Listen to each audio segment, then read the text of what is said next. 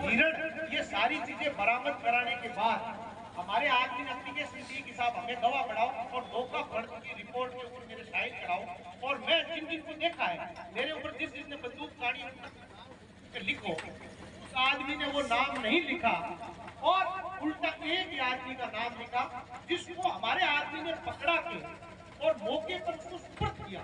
उसका सुपुर्दगी में भी इसका मतलब 2 नंबर चीज है, जब उस आदमी ने जब पोस्टमार्टम रिपोर्ट में उन्होंने गन शॉट देखा, 5 डॉक्टरों की बोर्ड की मीटिंग थी, गन शॉट के अंदर जब बुलेट आ गई और 26 कारतूस आपको बरामद करके हमने दे दिए, तो आपने अरविंद जी सुनिए, आपने वन विभाग के रेंजर डीओ ने डीओ लेटर एसएचओ को क्यों नहीं लिखा, डीओ लेटर एसडीएम को क्यों नहीं लिखा, डीओ लेटर उच्च अधिकारी को क्यों नहीं लिखा कि इसके आर्म्स एक्ट का मुकदमा दर्ज करवाइए, क्योंकि गन शॉट मिला है, 26 कारतूस बरामद हुए हैं। 2 चीज इसलिए वो सस्पेंड होने के योग्य है। तीसरी चीज, एसएचओ को सस्पेंड करिए छत्तीसगढ़, उसका भी कारण बताते हैं। कारण यह है कि आपका ये बताइए कि एसएचओ के पास जब घटना होती है, घटना के तुरंत बाद ये लोग आते हैं कि हमारा मुकदमा दर्ज करिए कि हमारे पर बंदूक तानी गई है, 2 फायर किए गए हैं और अपराधी भाग चुके हैं, तो एसएचओ साहब ने कहा कि ये मेरा जुरिडिक्शन नहीं है, ये मेरा थाने का क्षेत्राधिकार नहीं है, और ये क्षेत्राधिकार नहीं होने की वजह से मैं ये मुकदमा दर्ज नहीं कर सकता।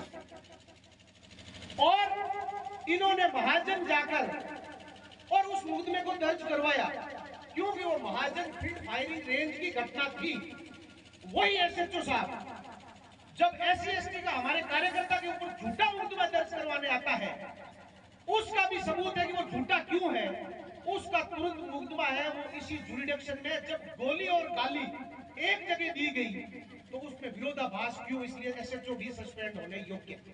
अगर आप में से भी बैठे हैं तो आपको आत्मा से सुन लेना कि आपको सस्पेंड होना चाहिए, इसमें आपने जो भी आपका कर्तव्य था वो नहीं निभाया।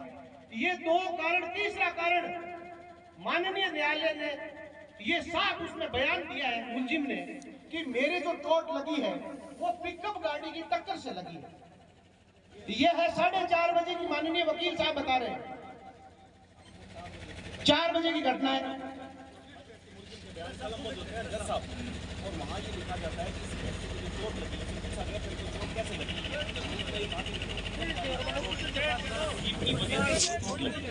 उसको जीप की वजह से चोट लगी और उसको पीसी पे दिया गया। वही व्यक्ति आज 4 तारीख को 8 बजे यानी 4 घंटे बाद में थाने में SC उसका और वो ये कहता है साहब मुझे मारा पीटा गया, मुझे जाके गालियां निकाली गई।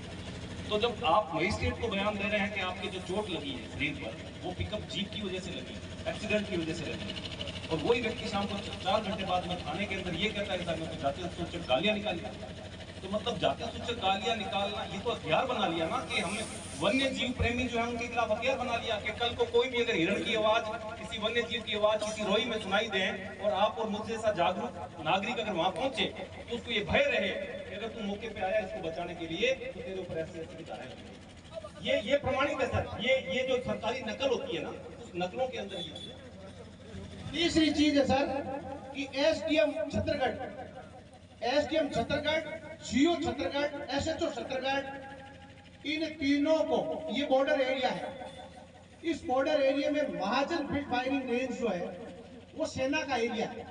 उस सेना के एरिया में एक व्यक्ति मोटरसाइकिल पर वेपन्स लेकर, हथियार लेकर, 26 कारतूस लेकर उस क्षेत्र में कैसे घुस गया, रात को कैसे प्रवेश कर गया 10 बजे?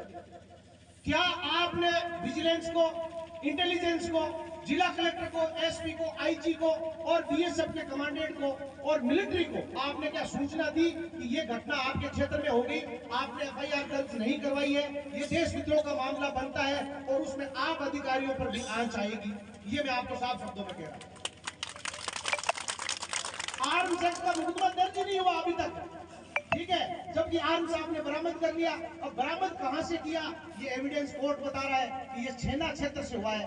छेना क्षेत्र में अपराधी बंदूक लेकर रात को घुसे कैसे 10 बजे?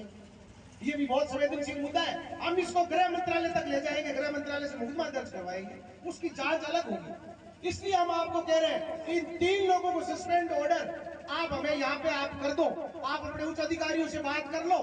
तो आपका इस मामले में हम कोई छोटी, ये कोई बड़ा, हमने कोई बड़ी मांग नहीं की है, हमारे कोई ऐसी बात नहीं की जिसमें कोई बहुत बड़ा का हमें परेशान कर रहे हो। ये तीनों कोई व्यक्तिगत नहीं है।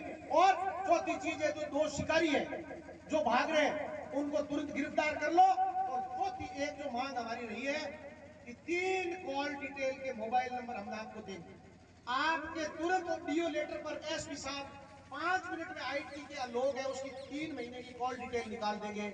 हम कह रहे हैं कि वो उस घटना के दौरान कौन से टावर के नीचे थे और उनकी पिछले 3 महीने से किन किन से बात हुई, वो बात अगर हमारे रिकॉर्ड में आ जाए तो हम संतुष्ट है। हो सकता है आपका मुलजिम निकल जाए उससे। इसके अलावा हमारे पास कोई दूसरा रास्ता नहीं है। और कोई बात है तो आप एक डिमांड और है सर इन्हीं जीव प्रेमियों की, कि जो यहाँ पर सोलर कंपनियां पे काम चल रही है, विकास के लिए कोई दिक्कत नहीं है, छतरगढ़ में होनी भी चाहिए, पर वहाँ पर खेजड़ी की कटाई होती है। और ये पहले भी जैसलमेर साइड में, फौजी साइड में हमारा समाज जो है और वन्य जीव प्रेमी वो लाखों पहुंच के वहाँ पर उन्होंने उस चीज का विरोध किया है। यहाँ पर देखो सर